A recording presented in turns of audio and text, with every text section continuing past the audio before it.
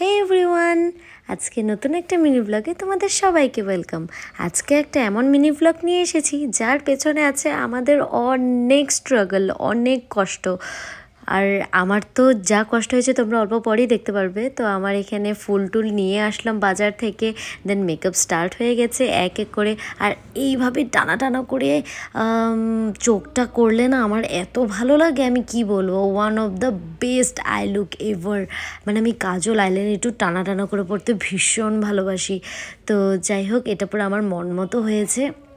তো এক এক করে স্প্রেটে করে ফুললি আমি রেডি হয়ে যাচ্ছি।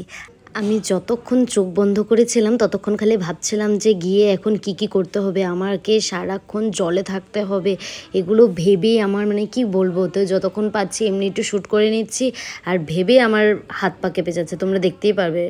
এই আমার ফুল লুক তোমাদের কেমন লেগেছে আমাকে নিশ্চয়ই জানাবে।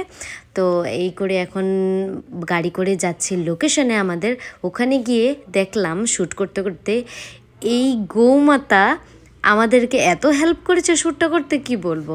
তারপর ওখানে গিয়ে গাঁয়ের যত মানুষগুলো ছিল ওরা টোটালি ভেবেছে আমি নাকি কোনো একটা ফিল্ম শ্যুট করতে এসেছি। ওরা এত এক্সাইটেড ছিল, তোমরা অ্যাট দ্য এন্ড দেখতে পাবে ওরা মানে কি পাগলের মতো ওরা মানে করছে। ওরা ভাবছে একটা ফিল্ম শুটিং হচ্ছে, বাচ্চা কাচ্চা সব নিয়ে এসে একাকার কাণ্ড। আমরা যতক্ষণ শ্যুটটা করেছি ততক্ষণ ওরা ছিল, কি বলবো তোমাদের। তারপর যাই হোক, এক এক করে করছিলাম। ওইখানে অনেকজন ফটো ভিডিও নেওয়ার জন্য মানে পার্সোনালি নিয়েছে। আমার তো এত সেলিব্রিটি ফিল হচ্ছিল, কি বলবো। অনেক মজা ছিল, যেমন স্ট্রাগল ছিল তেমনি অনেক মজাদার ছিল। এবার ওদের সাউন্ডটা একবার শুনে নাও।